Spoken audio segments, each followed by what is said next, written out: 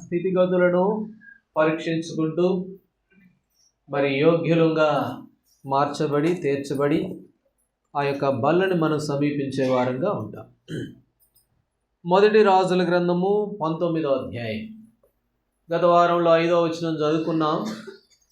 ఇప్పుడు 6వ వచనాన్ని మనం అందరము కలిసి చదువుకుంటాం. రాజుల మొదటి గ్రంథము 19వ అధ్యాయము 6వ వచనం అందరము కలిసి ప్రార్థనాపూర్వకంగా చదువుకుంటాం. అతడు చూచినంతలో అతని తల దగ్గర నిప్పుల మీద కాల్చబడిన అప్పమును నీళ్లబుడ్డియు కనబడెను. గనుక అతడు భోజనం చేసి తిరిగి పరుండెను. ప్రభు సహాయం కొరకు చిన్న ప్రార్థన చేసుకుందాం. ప్రేమ కలిగిన మా తండ్రి, కృప కలిగిన మా దేవా, మీకు వందనాలు. ఎన్నో దినాలుగా ఏలియాను గురించి మేము ధ్యానం చేస్తూ ఉన్నాం. ఏలియా జీవితం మా ఆత్మీయ జీవితాలకు ఎంతో ప్రోత్సాహకరంగా, వారి యొక్క అనుభవాలు మా ఆత్మీయ జీవితాలకు పురుకొలుపుగా ప్రభావం మరి నా తండ్రి మీరు తెలియపరుస్తూ వస్తున్నందుకై మీకు వందనాలు. మరి నా తండ్రి చదువుకున్న ఈ లేఖన భాగాన్ని మా కొరకు దీవించండి. మా ఆత్మీయ జీవితాలు మేము మీ ఎదుట సరి చేసుకున్నట్లు ప్రభా సమయాన్ని ఆశీర్వాదకరంగా మార్చండి. మీ దాసునైన నేను బలహీనుడను, సిలువు చాటును మరుగుపరిచి బలపరిచి ప్రభా సంఘ క్షేమము కొరకై ఈ లేఖనాలు మీరే దయచేయమని యేసు ప్రభువారి నామంలో ప్రార్థించి వేడుకుంటున్నాము తండ్రి, ఆమేన్. మొదటి రాజుల గ్రంథం 19వ అధ్యాయము 6వ వచనం మనం చదువుకున్నాము. 5వ వచనంలో మరి ఏలియా బదిరీ వృక్షం కింద పరుండి నిద్రపోయినట్లుగా. అయితే ఈ 6వ వచనంలో దోత వచ్చింది. 5వ వచనంలో దోత వచ్చింది, తనను లేపింది. 6వ వచనంలో తాను లేచి చూశాడు. చూడగానే తల దగ్గర నిప్పుల మీద కాల్చబడిన అప్పము నీళ్లబుడ్డి కనబడ్డాయి. అయితే తిరిగి భోజనం చేశాడు, మరలా పండుకొన్నాడు.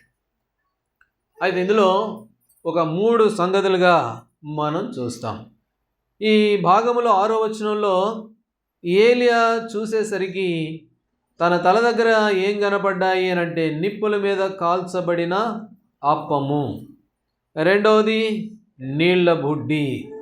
నిప్పులు లేక నీళ్ళు అనేది ఈ భాగంలో మనం చూస్తాం.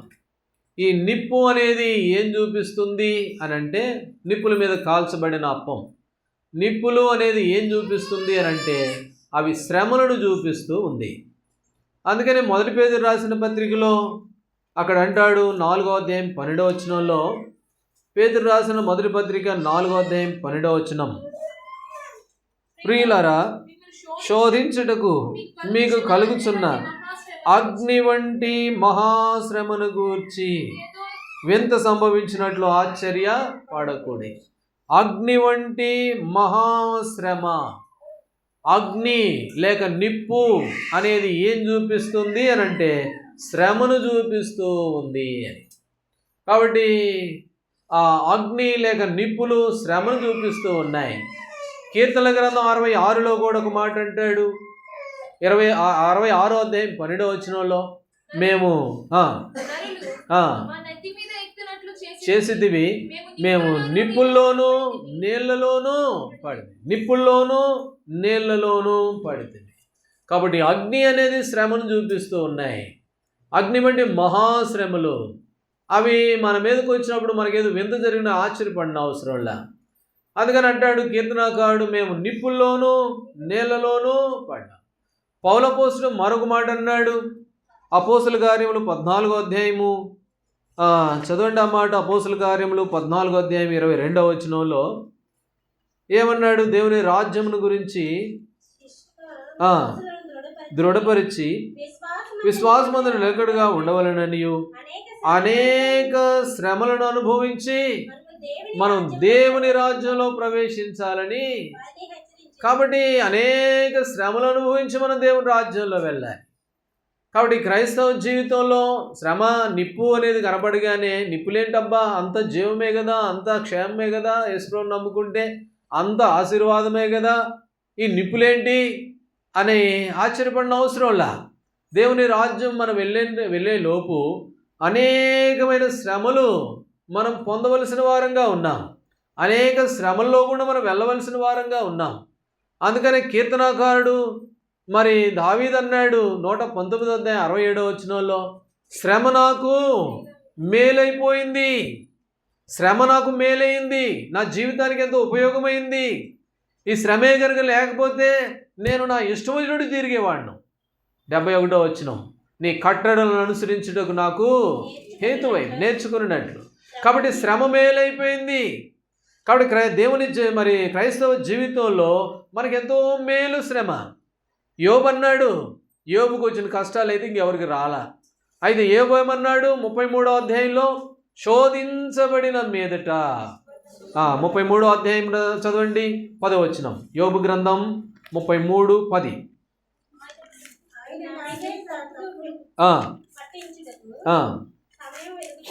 33:10 అదేనా?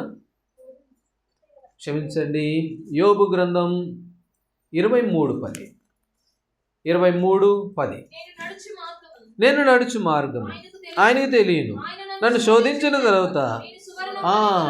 కాబట్టి శోధించిన తర్వాత నేను ఎట్లా కనపడతాను? సువర్ణము వలె. కాబట్టి సువర్ణం వలె కనపడాలి అంటే ఏం రావాలా? శోధన రావాలా. కాబట్టి శ్రమలో మనకి మేలు, శ్రమ మనకి మేలైపోయింది. అందుకని ఏలియా జీవితంలో నిప్పు అనేది కనపడుతూ ఉంది. తాను పండుకున్నాడు, తల దగ్గర చూస్తే నిప్పులు కనపడ్డాయి. నిప్పుల మీద నిప్పులు కనపడడం కాదు, నిప్పుల మీద కాల్చబడిన అప్పం. కాబట్టి నిప్పు అనేది ఏం చూపిస్తాడే? శ్రమను చూపిస్తూ ఉంది. శ్రమ కూడా మనకు మేలే. కాబట్టి శ్రమ రావడం కూడా మనకు ఉపయోగమే. అయితే శ్రమలో అలాగే దేవుడు విడిచిపెట్టేవాడు కాదు. కొరింథీయులకు రాసిన 2వ పత్రిక 1వ అధ్యాయం. కొరింథీయులకు రాసిన 2వ పత్రిక 1వ అధ్యాయము చదవండి ఆ మాట 5వ వచనం.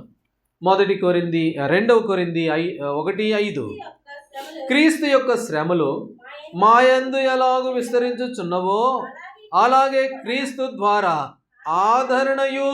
శ్రమలే కాదు, శ్రమలు మాయందు ఎంత విస్తారంగా విస్తరిస్తూ ఉన్నాయో అలాగనే దేవుని యొక్క ఆదరణ కూడా మాయందు విస్తరిస్తూ ఉంది. శ్రమలు రావడమే కాదు, శ్రమలలో దేవుని ఆదరణ కూడా, ఆయన ఆదరించేవాడు కూడా. ఎన్ని శ్రమలు వస్తాయో అంత ఆదరణ మనం పొందుకుంటాం. కాబట్టి దేవుడు శ్రమల్లో మనల్ని విడిచిపెట్టేవాడు కాదు. అందుకనే భక్తుల సత్యాన్ని ఎరిగిన వారై భయపడకుండా మాట అన్నారు. ఏమన్నారు? శ్రమ నాకు మేలైంది. యోబు ఏమన్నాడు? శోధించబడిన మీదట నేను సువర్ణమై మారేదను. కాబట్టి ఎంత శోధించబడతానో నేను అంత బంగారం అయిపోతాను, అంత మెరుగుపరచబడతాను. కాబట్టి ఆత్మీయ వారి జీవితాల్లో వారు ఎరిగిన సత్యం.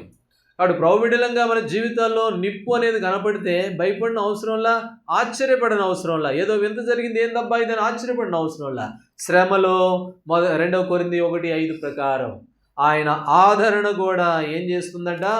అది మన ఎడల విస్తరించేదిగా ఉంది అని. 43వ అధ్యాయము యెషయా గ్రంథంలో 43వ అధ్యాయం యెషయా గ్రంథము 2వ వచనం. నీవు జలములలో పడి దాటినప్పుడు నేను తోడయ్యుందును, వెళ్ళినప్పుడు నీ మీద పొర్లిపారు. నీవు అగ్ని మధ్యన నడిచినప్పుడు కాలిపోవు, జ్వాలలు నిన్ను కాల్చ. నువ్వు అగ్నిలో నడిచిన, అగ్ని లాంటి మహా భయంకరమైనటువంటి ఆ పరిస్థితుల్లో నడిచినా కూడా జ్వాలలు నిన్నేం చేయబడినాడు? కాల్చజాలు. ఎందుకనంటే ఆయన మనకు తోడై ఉన్నాడు. ఎందుకు జ్వాలలు కాల్చవు? అగ్నిలో కూడా నడిచినా కూడా ఎందుకు మనల్ని కాల్చజాలవు? లేకపోతే జలములో పడినా కూడా అవి మన మీద ఎందుకు పొరలవు? ఎందుకు అని అంటే ఇదే యెషయా గ్రంథం 51వ అధ్యాయం. యెషయా గ్రంథం 51వ అధ్యాయము చదవండి ఆ మాట 23వ వచనం. 51:23 నిన్ను బాధపడి వారి చేతిలో దాన్ని పెట్టెదను. మేము దాటిపోవునట్లు క్రిందికి వంగి సాగిలపడమని వారు నీతో చెప్పగా నీవు నీ వీపును దాటువారికి దారిగా చేసి నేలకు దాన్ని వంచితివి కదా. నువ్వు జలముల్లో పడినా, అగ్నిలో పడినా అవి నిన్ను కాల్చజాలవు. ఎందుకు అనంటే ఆయన వీపును దాటు వారికి దారిగా ఉంచాడు. కాబట్టి ఆయన ఆదరణ కూడా మన మీద ఉంది. ఆయన వీపును ఉంచాడు, ఆయన తగ్గిపోయాడు మనల్ని కనికరించే దేవుడు. అందుకనే అగ్నిలో వెళ్ళిన, జలముల్లో వెళ్ళిన జ్వాలలు మనల్ని కాల్చజాలు. అగ్నిలో వెళ్ళమంటే నిజంగా నిప్పుల్లోకి వెళ్తారేమో. కాబట్టి అగ్ని లాంటి శ్రమలు, ఈ శ్రమల్లో, ఈ పరిస్థితుల్లో అవి ఏవి కూడా మన మీదకు పొరలవు. అందుకనే అపోస్తుల కార్యములు అన్నాడు, మనం అనేక శ్రమలు పొంది దేవుని రాజ్యమునకు చేరవలసిన వారంగా ఉన్నాం. ఇంకో శ్రేష్టమైన విషయం ఏంటంటే రోమిలికి రాసిన పత్రిక 8వ అధ్యాయం. రోమిలికి రాసిన పత్రిక 8వ అధ్యాయము 17వ వచనం. 8:17. మనం పిల్లలమైతే వారసులం, దేవుని వారసులం, క్రీస్తుతో కూడా మహిమ పొందుటకు ఆయనతో శ్రమ పడిన ఎడల. క్రీస్తు తోడి వారసులం. ఆయనతో శ్రమ పడితే, ఆయన శ్రమ పొందాడు, మనం కూడా ఆ శ్రమలో పాలుభాగస్తులం అయితే మనం ఎవరమంట? ఆయన వారసులం. దేవుని రాజ్యంలో అక్కడ ఉన్నటువంటి కొంతమంది పెద్దలను గురించి ఒక మాట అన్నారు. దేవుని రాజ్యంలో ఉన్నారు కొంతమంది, వారిని గురించి ఒక చక్కటి మాట రాయబడింది. ఏమిటి అనంటే ప్రకటన గ్రంథం 7వ అధ్యాయం. దేవుని రాజ్యంలో ఉన్న వారిని గురించి ఒక చక్కటి మాట. ప్రకటన గ్రంథం 7వ అధ్యాయము 14వ వచనం. ప్రకటన 7:14. అందుకు నేను, అయ్యా నీకే తెలియననగా అతడు ఇలాగూ నాతో చెప్పెను, వీరు మహాశ్రమంలో నుండి వచ్చిన వారు. చాలు. ఆ పై వచ్చిన వాళ్ళు ఎవరండి? వీళ్ళు ఇక్కడున్నారండి, ఇక్కడున్నారేంటి, వీళ్ళు ఎవరు వీళ్ళు అని అంటే అప్పుడు దూత అంటుంది, వీళ్ళెవరో నీకు తెలియదా? వీళ్ళు మహాశ్రమంలో నుండి వచ్చిన వాళ్ళు. కాబట్టి శ్రమంలో గుండా నడుచుకుంటూ వచ్చిన వారు వీళ్ళు. వారు క్రీస్తుతోటి వారసులు. కాబట్టి ఏలియా అక్కడ ఉన్న దగ్గర, ఆ తల దగ్గర నిప్పుల మీద కాల్చబడిన ఆ యొక్క రొట్టె లేక అప్పము, ఆ నిప్పు అనేది ఏం చూపిస్తుంది అని అంటే అది శ్రమను చూపిస్తూ ఉంది. శ్రమల్లో మనతో పాటు ఉన్న దేవుడు. శ్రమల్లో అగ్నిలో నడిచిన మరి శ్రమ మనకు మేలు క్రైస్తవ జీవితంలో. అయితే దేవుని రాజ్యంలో మనం వారసులం, మహాశ్రమంలో నుండి వచ్చినటువంటి వారు. శ్రమల్లో శోధించబడినప్పుడు సువర్ణం వలె మార్చబడేవారు.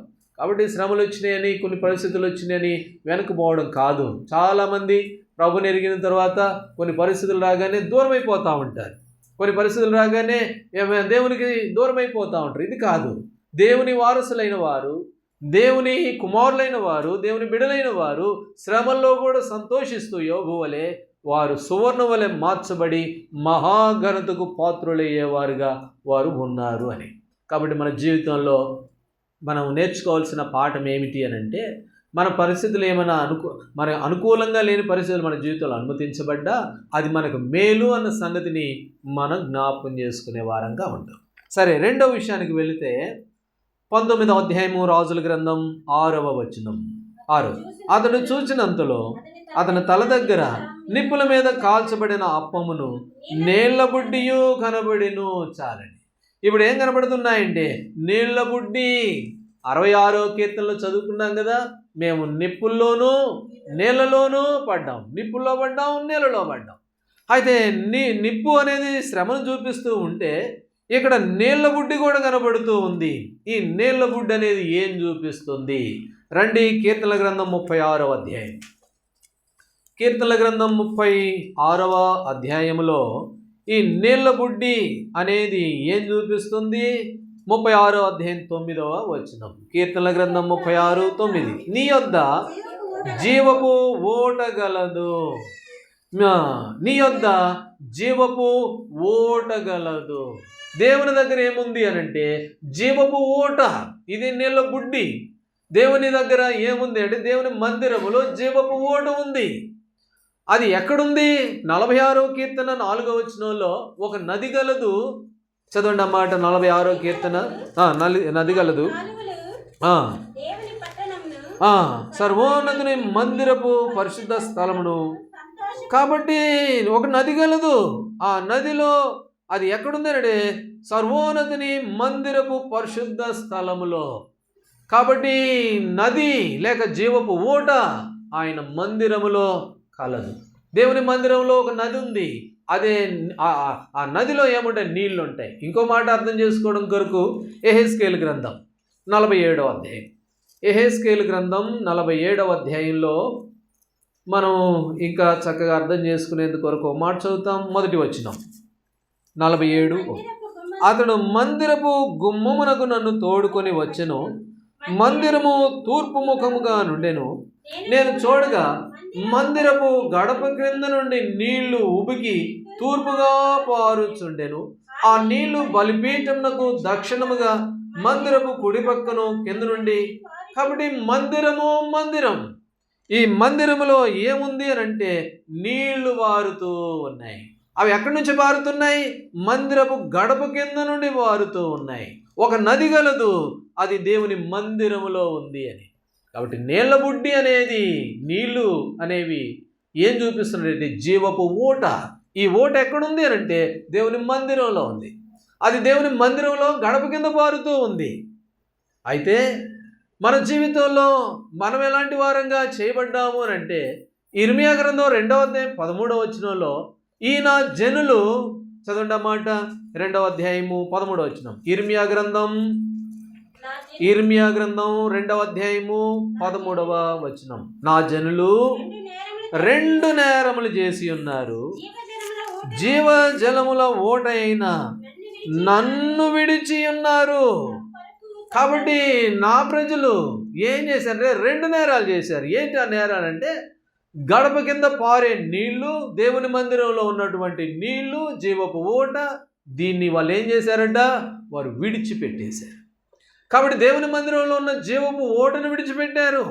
అదే వారు చేసిన నేరం. అవును, ఈనాడు మన జీవితంలో ఎన్నోసార్లు దేవుని మందిరంలో గడప కింద నుండి పారుతున్న నీళ్లు, దేవుని మందిరంలో తూర్పు వైపు పారుతున్న నీళ్లు, దేవుని మందిరంలో ఉన్న నది. అయితే ఏం చేశాం? మనము దాన్ని విడిచిపెట్టాం. చాలాసార్లు, ఎన్నోసార్లు దేవుని మందిరాన్ని విడిచిపెట్టాం. అందుకనే ఈ నీళ్ళ బుడ్డి అనేది జీవాన్ని చూపిస్తూ ఉంటే ఈ జీవపు ఓటను విడిచిపెట్టాం. కొంతమంది అయితే కొన్నిసార్లు దేవుని మందిరానికి పోనవసరం లేదులే, దేవుని మందిరం అవసరం లేదులే అనుకొని ఎంతోమంది వారి ఇళ్ళ దగ్గర మరి కాలక్షేపం చేసేవారు లేకపోలేదు. ఇదే ఇర్మియా గ్రంథం 2:13. నా ప్రజలు 2 నేరాలు. ఏమిటి ఆ నేరాలంటే ఆ ఓటనే విడిచిపెట్టారు. దేవుని మందిరంలో జీవజలం ఉంటే ఆ జీవజలం ఓటనే విడిచిపెట్టారు. కాబట్టి మన జీవితంలో అలాగూ ఎన్నోసార్లు విడిచిపెట్టినటువంటి వారు. యెషయా గ్రంథం 53లో మాట అంటాడు, రండి. 55వ అధ్యాయము, యెషయా గ్రంథం 55వ అధ్యాయం 2వ వచనం. 55:2. ఆహారము కాని దాని కొరకు మీరేల రోకులు ఇచ్చెదరు, సంతృష్టి కలుగజేయ దాని కొరకు మీ కష్టార్జితం ఎందుకు? నా మాట జాగ్రత్తగా ఆలకించి మంచి పదార్థాలను బుధించుడి, మీ ప్రాణము సారమైన దాని యందు. కాబట్టి సారమైన దాని యందు, ఇదే జీవపు ఓట, ఇదే నీళ్ళ బుడ్డి, సారమైంది కావాలి. అందుకనే సారమైన దాని కొరకు ప్రయత్నించే వారంగా గతంలో ఎన్నోసార్లు ఈ సారమైన దాన్ని మనం విడిచిపెట్టాం. సారమైన దాన్ని విడిచిపెట్టి మనం కాలక్షేపం చేసినటువంటి వారు. అందుకని అంటాడు ద్వితీయోపదేశకాండం 32వ అధ్యాయంలో, శ్రేష్టమైన గోధుమలు నేను మీకు ఇస్తాను. రండి, 32వ అధ్యాయం, ద్వితీయోపదేశకాండము 32వ అధ్యాయము 14వ వచనం. ఆవు మజ్జిగను, గొర్రె మేకల పచ్చిపాలను, గొర్రె పిల్లల కొవ్వును, బాషాను పొట్టేళ్ల మేకలను, గోధుమల మెరికల సారము నీకు. కాబట్టి సారం ఇస్తాను నేను, సారమైన దాని కొరకు. ఆ సారమైనది దేవుని మందిరంలో ఉంది. ఆ సారమైనదే జీవపు ఓట దేవుని మందిరంలో ఉంది. కాబట్టి సారమైనది నేను నీకు ఇస్తాను. కాబట్టి మన జీవితంలో ఎన్నోసార్లు మనం చేసిన నేరం ఏమిటి అని అంటే ఆ సారమైన దాన్నే విడిచిపెట్టాం చాలాసార్లు. కాబట్టి ఏలియా జీవితంలో అక్కడ నిప్పు లేక రెండవది నీళ్ళ బుడ్డి అనేది ఏం చూపిస్తుందంటే ఆ జీవజల ఓట, దాన్ని మనం విడిచిపెట్టాం చాలాసార్లు మన ఆత్మీయ జీవితంలో. కాబట్టి ఇప్పుడు అంటున్నాడు ప్రభు, సారమైంది నేను మీకు ఇస్తాను. 92వ కీర్తన 92వ కీర్తనలో 12వ వచనంలో 15వ వచనంలో ఏమన్నాడు? వారు నీటిగా చదవండి. 92 కీర్తనల గ్రంథం 92వ అధ్యాయం 15వ వచనం. వారు ముసలితనమందు చిగురు పెట్టి సారము కలిగి పచ్చగా ఉంటారు. సారము కలిగి పచ్చగా ఉంటారు. కాబట్టి ప్రభు బిడ్డలంగా మన జీవితంలో మరి ఈ నీళ్ళ బుడ్డి అనేది దేవుని మందిరాన్ని చూపిస్తూ ఉంటే ఆ మందిరమును, ఆ సారం ఇచ్చేదాన్ని ఎన్నిసార్లు మనం విడిచిపెట్టిన వారంగా ఉన్నాం. ఎన్నిసార్లు ఆ సారమైన దాన్ని ఎరగక కాని దాని కొరకు ప్రయత్నించి, లేక సారం లేని వ్యక్తులుగా 2 నేరాల్లో మనం కూడా నేరస్తులంగా మనం కనబడుతూ ఉన్నామేమో అది మనం జ్ఞాపకం చేసుకోవాలి. సరే, 3వ విషయానికి వెళ్తే మొదటి రాజుల గ్రంథం 19వ అధ్యాయము 6వ వచనం. రాజుల గ్రంథము 19వ అధ్యాయము 6వ వచనం. అతడు చూచినంతలో అతని తల దగ్గర నిప్పుల మీద కాల్చబడిన అప్పమును నీళ్ళ బుడ్డియు కనబడెను. గనుక అతడు భోజనము చేసి తిరిగి పరుండెను. ఇప్పుడు ఏలియా లేచాడు, ఆ నీళ్ళ బుడ్డి ఆ తల దగ్గర అప్పమును చూశాడు. ఇప్పుడు ఏం చేశాడు? భోజనం చేసి తిరిగి మరలా ఏం చేశాడట? తాను పండుకున్నటువంటి వ్యక్తిగా మనం చూస్తాం. దేవుడు 5వ వచనంలో దూతను పంపాడు. అయ్యో, నా కుమారుడు ఆకలితో ఉన్నాడు, తనకు ఆహారం అవసరం అని చెప్పి తనను ప్రోత్సాహపరిచి లేపి మరి భోజనం పెట్టి భోజనం చేయమని చెప్పి చక్కటి ఆ నీళ్ళ బుడ్డి ఇవన్నీ ఇస్తే ఇప్పుడు ఏలియా ఏం చేస్తున్నాడు అంటే ఆ భోజనం చేశాడు, తిరిగి మరలా ఏం చేస్తున్నాడు? తాను పండుకున్నటువంటి వ్యక్తిగా, తిరిగి మరలా నిద్రపోయిన వ్యక్తిగా కనబడుతూ. ఇదేం చూపిస్తుంది అని అంటే ఏలియా జీవితంలో, తన జీవితంలో కృతజ్ఞత లేనటువంటి వ్యక్తి. దేవుడింత మేలు చేశాడు కదా, దేవుడింత మరి చక్కగా తనని బలపరిచాడు కదా. అయితే ఏలియా ఎలాంటి వాడుగా ఉన్నాడంటే అది మర్చిపోయినటువంటి వ్యక్తి, ఆ కృతజ్ఞతను మర్చిపోయిన వ్యక్తి. తిరిగి మరలా పండుకున్నాడు, మరలా తన పనులు మరలా తను ఎలా అంతకుముందు 5వ వచనంలో ఎలా ఉన్నాడు, మరలా అలాంటి స్థితిలో. కీర్తనల గ్రంథము 106వ అధ్యాయము 13వ వచనం. 106:13. అయినను వారు ఆయన కార్యములను వెంటనే మరిచిపోయిరి. చాలు, వారు ఆయన కార్యములను వారు ఏం చేశారంట? వెంటనే మర్చిపోయారు. దేవుడు ఎన్నో మేలు చేస్తూ వచ్చాడు, దేవుడు ఎన్నో మరి వారికి సహాయపడుతూ వచ్చాడు, శ్రమలలో తోడుగా ఉన్నాడు. ఆ అగ్నిలో వారు నడిచిన వారికి ఎలాంటి ప్రమాదం లేకుండా దేవుడు వాళ్ళని కాపాడాడు. శ్రమల్లో వారికి తోడుగా ఉండి నడిపించి సంరక్షించి అలాగూ వారిని తీసుకొని వెళితే వారు వెంటనే ఇశ్రాయేలు ప్రజలు ఆయన కార్యాలను వెంటనే ఏం చేశారంటే వాళ్ళు మర్చిపోయిన వ్యక్తులుగా కనబడు. ఏలియా కూడా అంతే. దేవుడు ఏలియాకు తోడుగా ఉండి భయపడొద్దు ఏలియా అని చెప్పి బద్రీ వృక్షం కింద ఉన్న ఏలియాను తట్టి లేపి తనని ప్రోత్సాహపరిచి భోజనం పెట్టి తనకి ఎన్నో మేలులు చేస్తే తను ఏం చేస్తున్నాడు? తిరిగి మరలా వండుకున్నాడు. అది తన జీవితంలో మర్చిపోవడం అనేది, లేక కృతజ్ఞతను కోల్పోవడం అనేది చూపెడుతూ ఉంది. కాబట్టి ప్రభు బిడ్డలంగా మన జీవితాల్లో మనం కూడా వెంటనే మర్చిపోయిన ఇశ్రాయేలుల వలె. కాబట్టి దేవుని కార్యాలను ఏమైనా మర్చిపోతూ ఉన్నామేమో, ఇవి మన జీవితంలో అవిధేయతలు.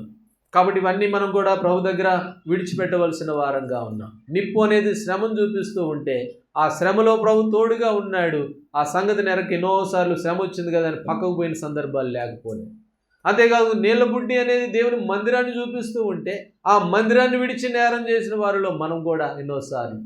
అంతేకాకుండా 3వదిగా కృతజ్ఞత లేనటువంటి ఏలియా వలె దేవుడు చేసిన కార్యాలను వెంటనే మర్చిపోయినటువంటి వారు. గలతీయులకు రాసిన పత్రిక 1వ అధ్యాయం. గలతీయులకు రాసిన పత్రిక 1వ అధ్యాయము చదవండి ఈ మాట, 6వ వచనం. గలతీ 1:6. క్రీస్తు కృపను బట్టి మిమ్మల్ని పిలిచిన వారిని విడిచి భిన్నమైన స్వార్థాల తట్టు మీరింత త్వరగా తిరిగిపోవుట చూడగా. కాబట్టి పౌలు అపోస్తలుడు అంటున్నాడు, మీరు ఇంత తొందరగా తిరిగిపోయారే. అరే, ఒకప్పుడు చక్కగా వచ్చిన వారు, చక్కగా ఉన్నవారు, ఆత్మీయంగా ఎదిగిన వారు ఇప్పుడు ఏమైపోయారు? మీరు త్వరగా తిరిగిపోవడం చూస్తే నాకు ఆశ్చర్యం వేస్తూ ఉంది. త్వరగా తిరిగిపోయినటువంటి వారు. ఆవిడ ప్రభుబిడలంగా మనం కూడా ఇలాగ ఎన్నోసార్లు తిరిగిపోయామేమో, తప్పిపోయామేమో, అది మనము మన ఆత్మీయ జీవితాలను పరీక్ష చేసుకోవాలి. అందుకని చూడండి, హెబ్రీయులు రాసిన పత్రిక 11వ అధ్యాయంలో మరి అబ్రహామును గురించి ఒక మాట ఉంది. హెబ్రీ 11వ అధ్యాయము 15వ వచనం, 11-15. వారు ఏ దేశము నుండి వచ్చిరో ఆ దేశమును జ్ఞాపకమందుంచుకొనని ఎడల మరలా వెలుడుకు వారికి వీలు కలిగి. కాబట్టి వాళ్ళు వచ్చారు ఆ దేశం నుండి, ఆ మెస్పోతియా అనే దేశం నుండి వచ్చేసారు. వారు గతంలో ఉన్నటువంటి ఆ దేశం నుండి వచ్చారు. వచ్చి వారు ఏం చేస్తున్నారంట, ఆ దేశమును మర్చిపోయారు. వాళ్ళు జ్ఞాపకానికి పెట్టుకొని ఉంటే మరలా వెళ్ళుటకు వారికి వీలు కలిగి ఉండేది. వచ్చిన దారిని మర్చిపోయారు, వచ్చిన దాన్ని విడిచిపెట్టేశారు, ఆ గతాన్ని మర్చిపోయారు. అందుకనే వారు మరలా వెనకకు వెళ్ళిన వారు కారు. అయితే గలతీయులకు రాసిన పత్రిక 1వ అధ్యాయం 6వ వచనంలో వారు ఇంత తొందరగా వెనకకు వెళ్ళిపోయారని ఆశ్చర్యపడుతూ ఉన్నాడు.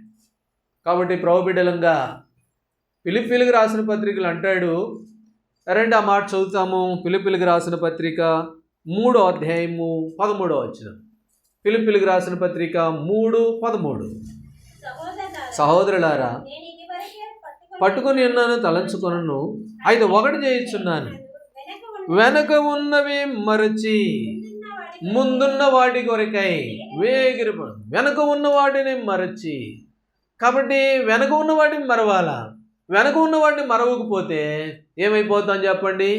ఆమె మర్చిపోలా. ఎవరు ఆమె? అమ్మ వెనక తిరిగి చూడొద్దు, వెనక దారిని మర్చిపో, వెనక వెళ్ళొద్దు అని అంటే ఆ వెనకున్నది మర్చిపోలా, వెనక్కి తిరిగిపోయింది, ఉప్పు స్తంభం అయిపోయింది. కాబట్టి ఆ హెబ్రీయులకు రాసిన పత్రికలో వాళ్ళు అన్నారు అబ్రహాముని గురించి, వచ్చిన దేశాన్ని మర్చిపోయాడు అబ్రహాము, అందుకనే వెనక్కి వెళ్ళిన వాడు కాడు.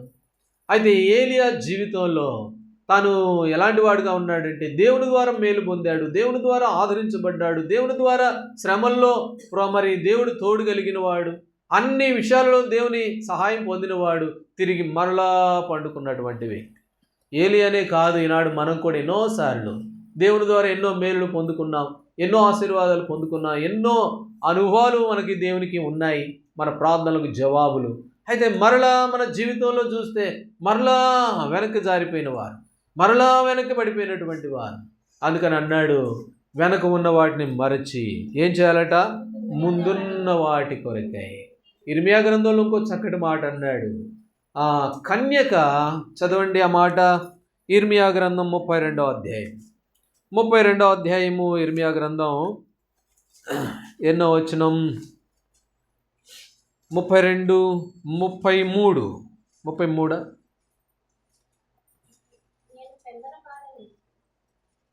కన్యక తన ఆభరణములను మరుచున ఆ మాట ఉంటుంది. ఎన్నో అధ్యాయంలో ఉంది ఆ మాట. సరే, 32వ అధ్యాయము 33వ వచనం కాదు కదా? సరే, మరొక చోటు ఉంది ఆ మాట. ఏమిటి అనంటే, కన్యక తన ఆభరణములను మరుచున, కన్యక తన వడ్రానమును మరుచున. అయితే మీరు ఏం చేశారు? లెక్కలేనన్ని మార్లు, లెక్కలేనన్ని సార్లు, చెప్పలేనన్ని సార్లు. పెళ్లి కూతురు తన వడ్డానాన్ని మర్చిపోదు, తన నగలను మర్చిపోదు. అయితే మీరేం చేశారు? ఎన్నిసార్లు మర్చిపోయారో నన్ను, లెక్కలేనన్ని సార్లు. కాబట్టి మనం కూడా ఏలియా వలె ఒకవేళ లెక్కలేనన్ని సార్లు, ఎన్నోసార్లు ప్రభు బల్ల దగ్గర తీర్మానాలు చేస్తాం, ఎన్నోసార్లు ప్రభు బల్ల దగ్గర ఒక తీర్మానంలోకి వస్తాం. అయితే మరలా ఏం చేస్తాం? మరలా మర్చిపోతాం, మరలా మనం విడిచిపెట్టువారు. యెహెజ్కేలు గ్రంథం 8వ అధ్యాయం, 8వ అధ్యాయం యెహెజ్కేలు గ్రంథం 16వ వచనం, 8-16 చదవండి ఆ మాట. 8వ అధ్యాయము 16వ వచనం. ఆవరణంలో నన్ను దింపగా అక్కడ యెహోవా ఆలయ ద్వారము దగ్గరనున్న ముఖమంటపమునకు బలిపీఠమునకు మధ్య ఇంచుమించు 25 మనుషులు కనబడిరి. వారి వీపులు యెహోవా ఆలయము తట్టును, వారి ముఖములు తూర్పు తట్టును. కాబట్టి వీపులేమో ఆలయము తట్టు తిప్పినవారు. అటు ముఖమేమో లోకాను వైపు తిప్పినవారు, బయటికి తిప్పాము ముఖాలని, వీపులనేమో దేవుని మందిరం వైపు తిప్పినవారు. ఇదే మర్చిపోవడం. లెక్కలేనన్ని సార్లు దేవుని మందిరమును, దేవుని సన్నిధిని మర్చిపోవడం. దావీదు అన్నాడు 137వ కీర్తనలో, యెరూషలేమా నిన్ను గనుక నేను మర్చిపోతే, నిన్ను నేను జ్ఞాపకం చేసుకోకపోతే నా కుడి చేయి తన నేర్పును మర్చిపోనుగాక. 137వ కీర్తన 5-6 వచనాలు. కాబట్టి శపించుకున్నాడు దావీదు, నేను దేవుని మందిరమును జ్ఞాపకం చేసుకోకపోతే, నేను యెరూషలేమును హెచ్చుగా చేయకపోతే, గొప్పగా ఎంచకపోతే, కాబట్టి నా నా నేర్పు, నా కుడి చేయి తన నేర్పును, అంటే ఒక రంగం పచ్చివాదం అనుకోవచ్చు, అట్లా శపించుకున్నాడు. అప్పుడు ఎన్నిసార్లు దేవుని మందిరాన్ని మర్చిపోయాం, ఎన్నిసార్లు దేవుని సన్నిధిని మనం మర్చిపోతూ ఉంది. యెరూషలేముని జ్ఞాపకం చేసుకోకుండా ఉన్నటువంటి సందర్భాలు ఎన్ని. అందుకని అన్నాడు, ఆ కన్యక తన వడ్డానాన్ని మర్చిపోదులే కానీ మీరైతే నన్ను లెక్కలేనన్ని సార్లు, ఒకసారి కాదు, 2 సార్లు కాదు, లెక్కలేనన్ని సార్లు, అన్నిసార్లు మర్చిపోయినవారు. అవును, ఏలియా జీవితంలో కూడా తాను మర్చిపోయాడు. ప్రభు ఆ వాస్తవంగా ఏలియా పరిస్థితి ఏంటనంటే మరణ భయంతో ఉన్నాడు, మరణాపేక్ష కలిగిన వాడు. అయ్యో నేను చచ్చిపోతానేమోనని భయంతో బదరీ వృక్షం కింద ఉన్న మనుషుణ్ణి దేవుడు ప్రేమించి, ఏం భయపడబాకు, నేను నీకు తోడుగా ఉన్నాను అని చెప్పి తన దూతను పంపి తనకు మేలు చేసి తనకి అన్ని విధాలుగా ఆశ్రయం ఇచ్చి భద్రపరిస్తే, ఇప్పుడు ఏం చేశాడు ఏలియా? మర్చిపోయాడు. తిన్నాడు, మళ్ళా పండుకున్నాడు. ఇంతకుముందు పండుకున్నాడు, ఇప్పుడు కూడా మరలా ఇది కృతజ్ఞత లేకపోవడం. ఇశ్రాయేలీయులు కూడా వెంటనే దేవుని కార్యాలను ఏం చేశారంటే వారు మర్చిపోయినటువంటి వ్యక్తులుగా కనబడుతూ ఉన్నారు అని. నాడు దేవుని బిడ్డలంగా మన జీవితాల్లో మనము ఇలాగో ఒకవేళ మర్చిపోయావేమో, దేవుని మందిరాన్ని, దేవుని సన్నిధిని ఒకవేళ మన జీవితంలో మనం మర్చిపోయావేమో. ఇర్మియా గ్రంథం 2:32 మాట, కన్యక తన ఆభరణములను మర్చునా అని, 2వ అధ్యాయం 32వ. కాబట్టి మర్చిపోయావేమో. అందుకనే అబ్రహాముని గురించి చక్కటి మాట, వచ్చిన దారిని జ్ఞాపకం చేసుకోలేదంట, అది గుర్తులో పెట్టుకోలేదంట. వచ్చిన దాన్ని కనుక గుర్తు పెట్టుకొని ఉంటే మరలా వెనకబోవడానికి వీలు కలిగి ఉండేది. వచ్చిన దాన్ని మర్చిపోయాడు, వెనక ఉన్నవాటిని మర్చిపోయాడు. అందుకని ముందున్న దాని కొరకు ఎదురు చూశాడు. కాబట్టి ప్రభు బిడ్డలంగా మన జీవితాల్లో మరి ఇలాగో కృతజ్ఞత విషయంలో, దేవుని మందిరం విషయంలో ఎలాంటి వ్యక్తులంగా, దేవుణ్ణి మర్చిపోయేటువంటి వ్యక్తులు మర్చిపోలేదండి. పొద్దున్న లేచిన కాడ నుంచి గాలిలో సిరువులేస్తాను అంటే కుదరదు. అది కాదు గుర్తుపెట్టుకోవడం అంటే. దేవుని మందిరం, దేవుని సన్నిధి, దేవుని వాక్యము. కాబట్టి వాటి విషయంలో మన స్థితి ఎలా ఉంది? కాబట్టి నిప్పు అనేది శ్రమను చూపిస్తూ ఉంటే శ్రమకు భయపడుతున్నామేమో, ఈ అగ్ని వంటి మహాశ్రమలను చూసి భయపడిపోయి వెనక జారిపోయామేమో. అంతేకాక నీళ్ల బుడ్డి అనేది దేవుని మందిరాన్ని చూపిస్తూ ఉంటే ఆ మందిరాన్ని విడిచిపెట్టి ఎన్నిసార్లు, ఆ మందిరము ఏం అవసరం లేదులే అని చెప్పేసి, లేక దేవుని మందిరంలో గడపకుండా కాలక్షేపం చేసిన సందర్భాలు, జీవజల ఓటను విడిచిపెట్టిన సందర్భాలు ఎన్ని, మర్చిపోయిన సందర్భాలు. మర్చిపోవడం అని అంటే విడిచిపెట్టడమే, కృతజ్ఞత లేకపోవడమే, యెరూషలేమును జ్ఞాపకం చేసుకోవడమే. కాబట్టి ఈ 3 విషయాలలో మనం ఎన్నోసార్లు తప్పిపోయిన వారు. ఇవన్నీ మన అవిధేయతలు కనుక ఈ అవిధేయతలన్నీ ప్రభు దగ్గర క్షమాపణ పొందే వారంగా ఉంటాం. ఇక్కడ మనం చూస్తే రాజుల గ్రంథంలో ఏలియాని గురించి, ఏలియా జీవితంలో తాను 6వ వచనంలో తిరిగి పరుండినటువంటి ఏలియా, తిరిగి మరలా వెనక్కి పండుకున్న ఏలియా, కృతజ్ఞత కోల్పోయిన ఏలియా, దేవుని మేలును అన్నిటిని మర్చిపోయినటువంటి ఏలియా. కాబట్టి ఏలియా వలె నేను ఒకవేళ కనబడుతున్నావేమో ప్రభు దగ్గర క్షమాపణ పొందుకునే వారంగా ఉంటాం. ప్రభా, నేను కూడా ఎన్నోసార్లు నీ మందిరాన్ని విడిచిపెట్టడం అంటే ఆదివారం రాకపోవడం కాదు, అదే కాదు, యెరూషలేమును హెచ్చుగా ఉంచకపోతే, నా ముఖ్య సంతోషము కంటే యెరూషలేమును హెచ్చుగా ఎంచకపోతే, దేవుని మందిరాన్ని ఆ పై స్థాయిలో నేను ఉంచకపోతే, ఇదే మర్చిపోవడం అంటే. అవన్నీ కూడా విధేయతలే. ఏలియా అలాగ తిరిగి మరలా పండుకున్నాడు. కాబట్టి నిప్పు అనేది శ్రమను చూపిస్తూ ఉంటే భయపడిన అవసరంలా, దేవుడు శ్రమల్లో కూడా మన తోడుగా ఉండేవాడు. కాబట్టి అనేక శ్రమలు పొంది మనం దేవుని రాజ్యం చేరవలసిన వారంగా ఉన్నాం. కాబట్టి శ్రమలలో శోధించబడితే మనం ఏం చేయబడతాం? సువర్ణం వల్లే మార్చబడతాం. శ్రమలు పడడం ద్వారా ఆయన వారసులంగా చేయబడతాం. శ్రమలలో ఎన్ని శ్రమలు ఉన్నాయో అంత ఆదరణ కూడా దేవుని దగ్గర ఉన్నది. ఇది మొదటి తలంపులో చూసాం. రెండవది నీళ్ళ బుడ్డి అనేది దేవుని మందిరం. ఆ మందిరంలో ఉన్నాయి నీళ్లు, ఆ మందిరం గడప కింద పారుతున్నాయి నీళ్లు. అయితే ఇది కాదులే అని చెప్పేసి మరి మనము ఎన్నిసార్లు ఈ మందిరాన్ని విడిచిపెట్టిన వారు, ఎన్నిసార్లు మిగతా వాటి దగ్గర కాలక్షేపం చేసిన వారు. కాబట్టి మరి మూడవదిగా కృతజ్ఞత లేకపోవడం, మర్చిపోవడం. కాబట్టి ఇవన్నీ కూడా ప్రభు దగ్గర క్షమాపణ పొందవలసిన వారంగా ఉంది. ప్రభా, నేను కూడా ఎన్నో మార్లు ఈ 3 అంతల అనుభవాలలో తప్పిపోయిన దానను. అందుకే మీ దగ్గర క్షమాపణ పొందుతున్నాను. నన్ను యోగ్యుడిగా మార్చు. మీ బలని సమీపించడం కొరకై నన్ను సిద్ధపరచు. నా విధేయతలు క్షమించు ప్రభా అని ప్రభు దగ్గర మనం ఒప్పుకొని ప్రార్థించవలసిన వారంగా ఉన్నాం. ఆ విధంగా చేసి మనం ప్రభు యొక్క బలని మనం సమీపించే వారంగా దేవుడు ఆ విధంగా మనందరికీ సహాయపడుగా ప్రార్థన చేసుకుంటాం.